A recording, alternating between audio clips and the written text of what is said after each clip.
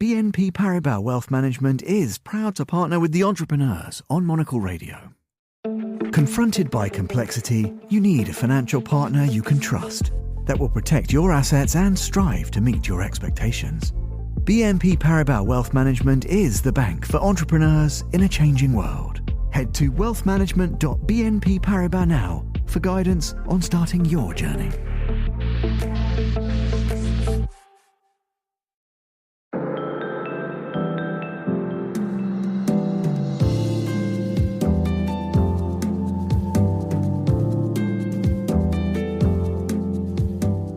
Hello and welcome to the Entrepreneurs on Monocle Radio, the show all about inspiring people, innovative companies and fresh ideas in global business.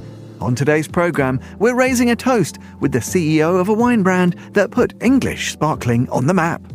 English sparkling wine stands on its own legs, has its own character. Some champagne houses have been inspired by what we're doing in England because there are several larger champagnes that are now producing in England as well. And we'll head to the Maldives to hear how the country is targeting new tourism markets for 2025. Everyone who comes to Maldives is not going to be a millionaires and billionaires. So we need to have something for everyone. This is The Entrepreneurs with me, Tom Edwards.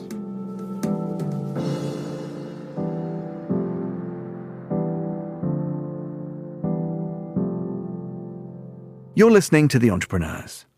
Eric Heerema is the CEO and owner of Nyetimber, the multi-award-winning pioneer in English sparkling wine. Nyetimber's history stretches back nearly 1,000 years. It's first mentioned in the Domesday Book of 1086. Over the centuries, the estate has had many notable owners, including English royalty.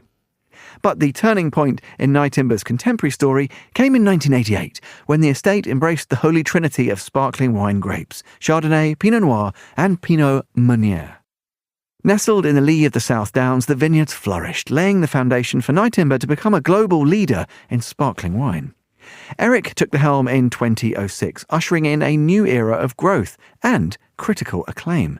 Under his leadership, Nyetimber expanded its vineyards, assembled a world-class team of winemakers, and achieved international recognition, winning prestigious awards and excelling in blind tasting competitions. I'm delighted to say Eric joins me now here at Midori House. Eric, a very warm welcome to you. It's, a little gloomy in London, but I would still say the perfect time for a glass of Nyetimber. In fact, let me ask you, is there ever a bad time for English sparkling? I think that there's always the right moment to enjoy sparkling wine.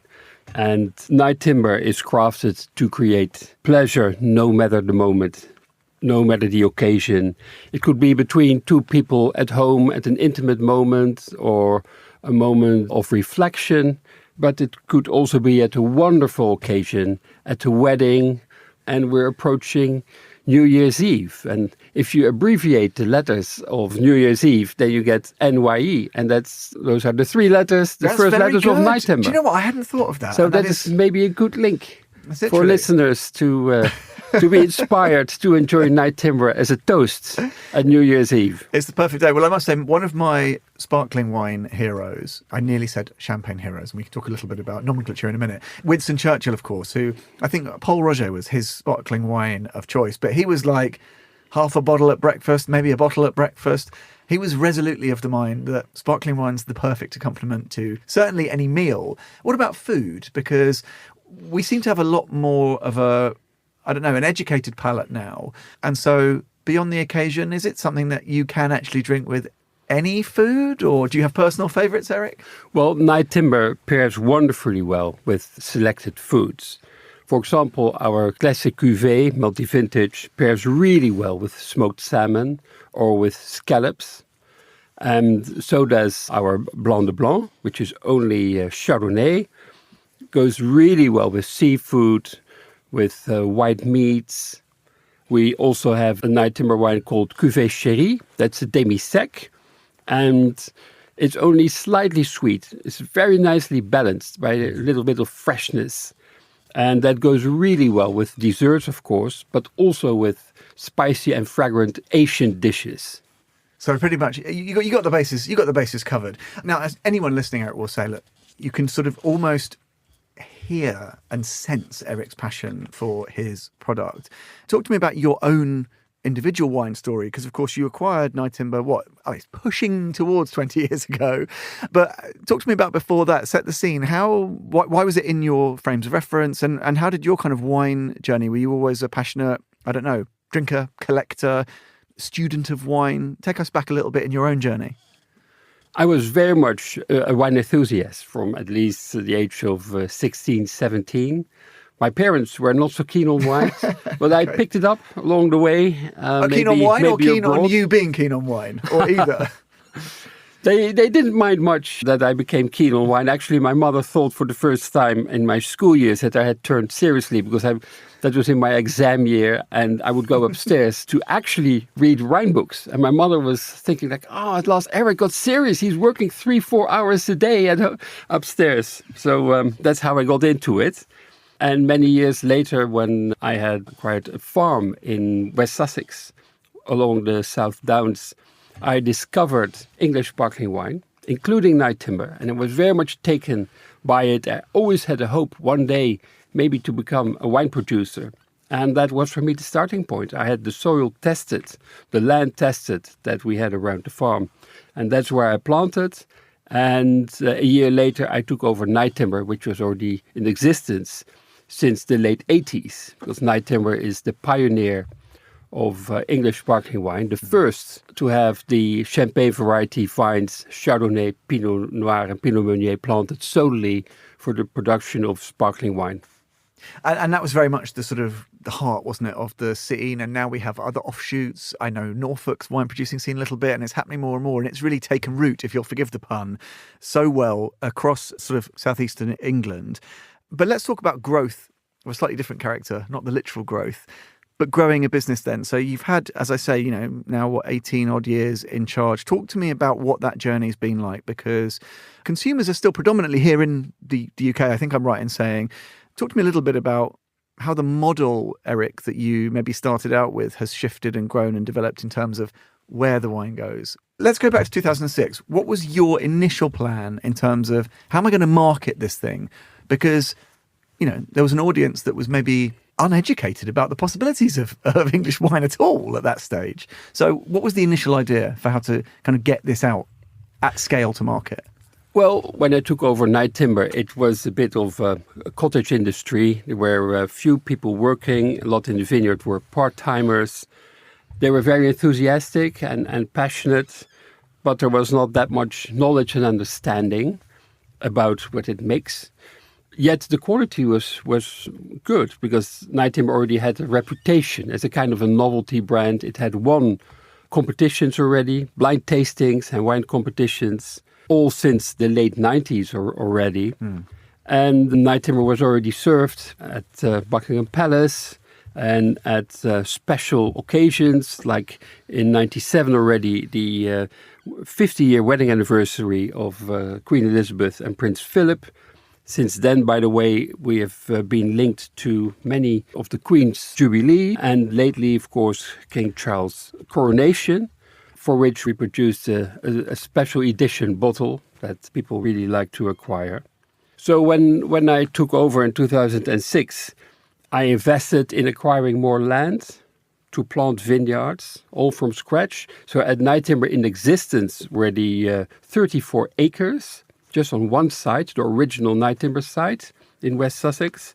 And since then, over the years, we planted in Hampshire and in Kent, apart from West Sussex. And we now have under vine more than 1,000 acres.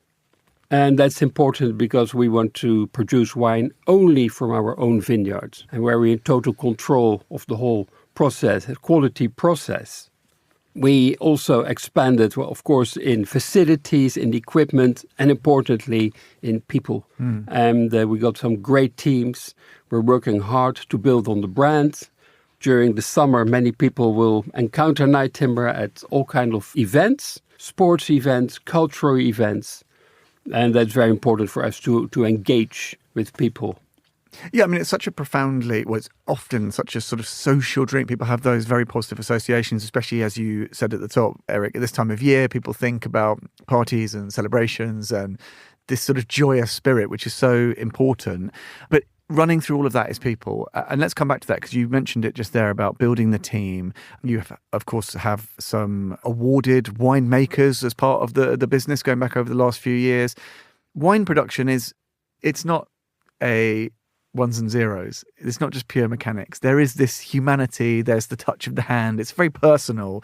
How easy is it if you are scaling, growing, to find people who buy into your vision? Is that a challenge as a business owner and leader? Well, it's very important to have the right people.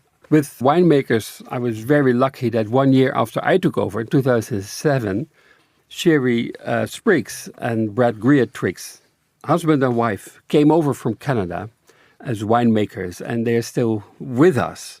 And they're extremely passionate and knowledgeable. And what they do is a combination of, to combine art and science to craft our very, very special sparkling wines. And Sherry was awarded, I think, Winemaker of the Year certainly once, maybe several times. In 2018, Sherry was awarded at the International Wine Challenge International Sparkling Winemaker of the Year. And that was unique because she was the first person out of Champagne to be awarded that, and the first woman, and she still is. So we were incredibly proud. And am I right in saying, does she have a sort of a wine that's named after her, Eric? Is that right? Yes, Sherry? I mentioned to you that we have a cuvée Sherry, and of course, yeah. There's a little bit of her name in it. It's the spelling of the name. The tone is a little bit different. It's Sherry instead of her own name, Sherry. And Sherry is translated from France, calling sweetheart and referring to sweetness in the wine, but it's also a reference to Sherry. That's very elegant. Listen, we mentioned France and we mentioned Champagne, the C word, a little bit here, Eric. Talk to me a bit about that, because I think that, if we go back maybe even to when you took over, maybe the view from the Champagne region, if we were in Reims or wherever it might be, I think they probably viewed Nyetimber, English sparkling, as a sort of an amusing thing happening just across the water. That relationship has changed. As you said, actually, English sparkling wines do very well in blind taste tests and so forth. What's that relationship like now? Is there a sense of friendly rivalry, open hostility? What's it like? We don't have a very active relationship with champagne producers because we're independent and we do the things how we want to do it. So there are a lot of similarities, but English sparkling wine stands on its own legs, has its own character, and definitely Nyetimber has. However, we have been inspired by some of the best champagnes, and I think in some champagne houses have been inspired by what we're doing in England, because there are several larger champagnes that are now producing in England as well. So that's a kind of endorsement and compliment to what we're doing. The greatest compliment, perhaps. And obviously, I don't know how you'll have such a much more forensic understanding about how changing climate and properties of geography make wine production easier, more difficult in certain markets. How much of a threat is that? We always talk about climate crises. We've talked to other wine producers on this program who, it's very Californian wine producers are absolutely hostage to fortune of weather or fires. What does that mean for your business? Because you can manage a lot of things, Eric, very capably, but presumably even you can't control the weather. So what impact does that have? That's right. I always say that we do our best to make things work climate-wise, but Mother Nature rules. Over the last 40, 50 years, there have been very considerable temperature and climate changes, also affecting England. For us, part of it is quite fortunate, because the global warming made that England, which probably was too cold and wet originally, became actually gradually perfect in the bullseye for producing sparkling wine. We personally feel that it applies to sparkling wine as opposed to still wines, because for sparkling wine, you need a cool climate.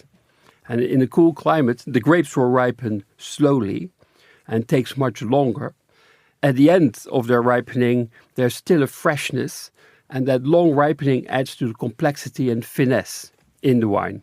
Whereas in a hot climate, grapes have to be harvested much sooner, because for sparkling wine you need more acidity than still wine. So they miss that. They become a bit green and a bit less complex. Less complex. And in Champagne, in the southern part of Champagne, they're struggling with that. It's not for nothing that some of the most famous champagne houses are now bringing out Pinot Noirs, red wines, from their vineyards that used to make sparkling wine. Yeah, for 30, 40 years ago, if not unthinkable, certainly unlikely. And also, listeners will know from your accent, you hail from the Netherlands originally. Do these changes mean that, I don't know, we could see another Eric offshoot and we could be making, what about, is there not Dutch sparkling wine there? But I mean, I'm sure somebody's giving it a bash, but could these things happen? Do we need to constantly be readjusting what our own expectations are from where these great products can come from? There are lots of developments, of course, in the wine world as to where vineyards are planted. And I'm sure there are vineyards in the Netherlands. I'm not involved with that. I'm focusing on English sparkling wine. But we're also involved with another exciting project because I said we're involved with English sparkling wine, and we now expanded into English spirits. And in June this year, we as Nyetimber took over the leading English whiskey distillery called The Lakes, based in the Lake District. So we're very much excited to have now a wider range of sparkling wines and spirits. Along came also gin and vodka.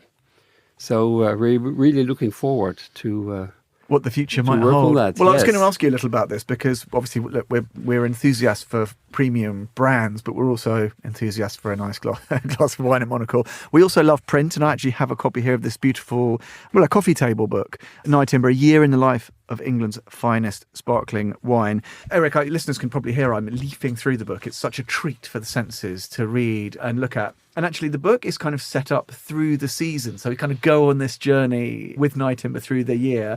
Here we are, looking ahead into the rest of 2025. Just tell us why this book is such a nice accompaniment. You know, as people go through the year as well, they can kind of join you going through the seasons, right? Well, that's right, Tom. It captures the different seasons in the vineyard and in the winery, in particular, of course, also during harvest. It was, for me, a meaningful endeavor to capture the passion and dedication of our teams to our production process. And the book is very much a coffee table book, contains a few hundred photos to show the vineyards, the winery, everything during the seasons. It also includes history, both of the estate. For example, the Doomsday Book, in which Nyetimber was mentioned, albeit spelled a bit differently, and its early history being owned by Henry VIII and Anne of Cleves. And as a vineyard, of course, it captures the start of that in the late 80s, all the way up to now. Yeah, it's a lovely thing to leaf through, and there's lots of very impressive Highland cattle and other bovines who presumably you run into day to day, knocking about the place. Are they? They have their fenced fields, and we would not release them in the vineyard. For that, we have sheep in the winter, and we were, I think, one of the first in that 15 years ago to have sheep going through the vineyards. Only in winter, obviously. You wouldn't want that to happen in summer. But yeah, the Highlanders, they were a wedding present. My wife is Scottish, so that's how that came about. Maybe that explains why you acquired a whiskey operation as well. Just finally, Eric, I want to ask you, look, you've painted a picture, new products, expansion, growth. As you say, the fact that champagne brands are coming to England, it's such a dynamic scene, there's so much excitement. But what are you most excited about? And if we go right back, I mentioned earlier that still, I guess, a significant majority of the wine is sold within the UK. Is that one of the angles, Eric? You know, you're looking to make sure that this story gets told globally, other places. What really gets you excited if we look into 25? We're both excited for the English sparkling wine industry because that's ever more people, both in this country and abroad, are aware of the quality as it can match and beat the best sparkling wines in the world. So the English sparkling wine industry is growing rapidly. And at Nyetimber, we're excited to continue to engage with ever more people, different audiences. That's why we participate, as I mentioned, in all those events. We are at Queen's Tennis. We are at Henley Royal Regatta. This summer, we supported Team GB at the Olympics in Paris. We're at Cheltenham races. We also organize open days during weekends in summer. We also want to reach our audiences overseas, so we export into, more than 20 countries. Several in Europe, of course, of which Scandinavia is the strongest part, particularly in Norway. There's a lot of demand there. Also in the Middle East and in Asia. Exciting. Well, look, Eric, and I know it's very difficult to choose favourites. We shouldn't really put you under pressure, but let's just say somebody has a big moment coming up in 2025. They need to mark the occasion. They're sold on it being marked with English sparkling. Which Nyetimber should they select, Eric? Which would you recommend personally to them to mark their big day? I would recommend 1086 by Nyetimber. That's our prestige cuvée. It's made from the very best of all the vineyards selected, only in the very best vintages.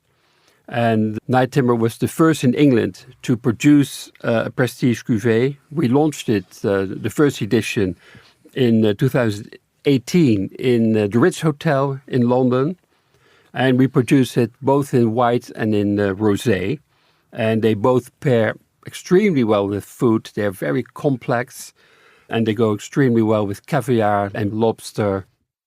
That was Eric Heerema, the CEO and owner of Nyetimber, and you can find out more by heading over to nyetimber.com.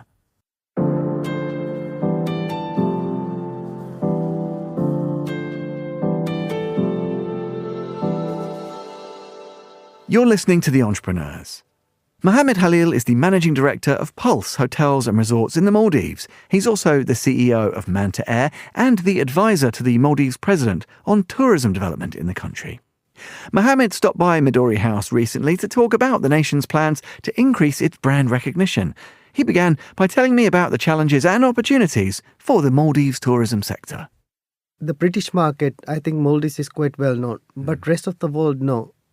So I think there is a lot more that we need to do in order to market the brand, the Maldives, as a destination. We have to create the demand for the Maldives. You see, we have 68,000 beds in the Maldives. Currently, 52% is being filled annual.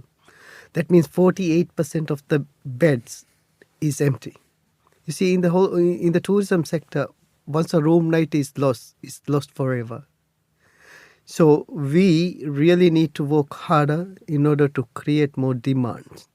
So not only the British market, but also throughout the world. Our main source markets are UK, Germany, Italy, France, and Middle East is getting very stronger, India and China. These are the key source markets for the Maldives. But there is a lot more other markets where we really need to explore. Like some of the Eastern European countries like Azerbaijan, Uzbekistan and Kazakhstan are actually growing very fast through the Maldives. So there is a lot more potential for us to diversify the source market portfolio. I personally believe that we shouldn't be focusing on one single market. So it's always good to spread the market segments and then target and do a very specific market campaigns in these source markets. Well, let's look a bit at the future then. I mean, what's your take? You mentioned some of these stats on, if it's like occupancy rates, obviously a very good indicator of the state of hospitality. But tell me, if as we look into, into 2025, say, that in that medium term, what's the picture like? Do you see more strength in that ultra luxury section? Actually, is growth pretty consistent? Are there areas that you're looking particularly to target that should be doing better? If we look a little bit further ahead across the board, what would be your sort of summary? How are things? Are you fairly optimistic? Yes, I'm quite optimistic. But one thing that we need to understand, we should never forget our roots. Our tourism industry started as a chartered business operators. So from the source market from Germany, UK and Italy, we started with the charter operations. So charter operation must continue when we expand our tourism sectors. So I know that the scheduled airline operations is also there, but we need to understand and balance it. Because with charter operation, that we need to have more of the budget and the medium range of the hotels. That's where the bulk of the client base is. Because everyone who comes to Maldives is not going to be a millionaires and billionaires. So we need to have something for everyone. That basically our philosophy. Our marketing, communication and message should be in line with what we really wanted. In Maldives, the ultra luxury hotels, that is only a handful of the hotels. We can say around 20-30 hotels is basically among the top of the top. So rest of the hotels are not very expensive. In the Maldives, basically now even we have a guest house market segment that is coming up in the Maldives. That guest house is also a very affordable kind of a product that we are creating. So there is from budget to the most exclusive hotels in the world. There's reason for us to become the world's best destination. For the last, I think, 5 successive years, we have got the travel award for the best destination in the world. Some of our hotels and the Maldives hotels, they have got the best awards, travel awards. Even Condé Nast Travelers Awards is for many, many years. So we are on the top 3. So I think we need to continue to maintain Maldives as a luxury destination, but more affordable luxury we need to come in. So affordability need to be mentioned, because otherwise perception of the Maldives is untouchable. It's only exclusive for the very elite people, but that perception I'm basically advising our marketing team to pass this message and communicate it to the consumers that Maldives is no longer unaffordable place, it's also affordable. It depends on what your budget is, what you want to do in the Maldives. So that's basically the strong message that we are trying to communicate to the consumer. And actually, it's a good message, you say, because you can still reference that ultra premium point, but you can talk about how it's aspirational for a different kind of consumer. And that's a really powerful message. Let's talk a little bit more about the airline side of things. Again, your optimism, I guess, about the hospitality picture. But, are you optimistic in terms of the facility of the current aviation infrastructure to serve, if you do manage to hit your targets of getting more people from more markets across the whole spectrum from, economy travelers to super premium, does the aviation infrastructure marry up with your ambitions? Are you confident about that as well? Yes, we have started an airport development project. It's nearly completed. We're going to open the new terminal with the 7 million plus passenger capacity within the second quarter of 2025. And we have a second runway in operation now. That basically once this new terminal becomes operational, we will basically be converting the old terminal into budget airline. So we're going to separate the budget airline with the scheduled airline. So that basically will facilitate and segregate the crowd. We currently have a problem of the congestion problem, because the slots, most of the airlines request the slots during daytime where the seaplane connectivity is possible. But because the size of the terminal is limited, so we can't basically give the kind of a timing slots that the airlines operators require. With the new terminal, what is going to happen is, because the capacity get built, so we can allocate more slots and attract more airlines to come in the peak period where the connectivity with the seaplane is possible. I think with that in mind, 2025, even we're going to do more of a aggressive and target marketing across the globe, because we need to create a demand. We need to increase our bed utilization from 52 to 60%. With the 52 to 60%, we're talking of 8% increment in the total arrivals. That basically is going to give a huge return to the government and also for the investors. Because now, when you have a 48% beds unsold, what is really happening is we putting up the aggressive offers and discounting. When you increase your average occupancy, your ADR is going to go up, your occupancy is going to go up, less discounting will happen. That basically will be a better return for the investor and also for the state, because the government is the biggest beneficiary of the tourism industry, because they get 22% of the direct revenue of the tourism directly into the government. So if we stop, the hoteliers and investors stop discounting, the benefit goes directly to the government. And that actually helps the community, because then the government has more money to do infrastructures and provide the education, health facilities and basic stuff for the people. That was Mohammed Halil, the CEO of Manta Air and advisor to the Maldives president on tourism development. You can find out more about the airline by heading to mantaair.mv.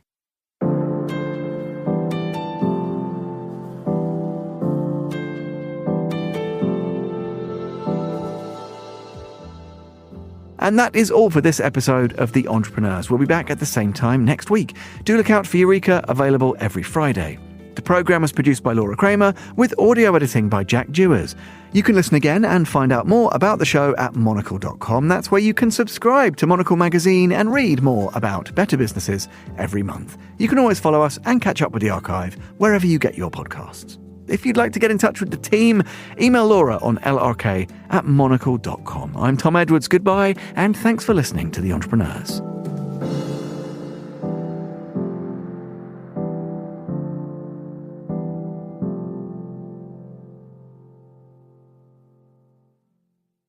BNP Paribas Wealth Management is proud to partner with The Entrepreneurs on Monocle Radio.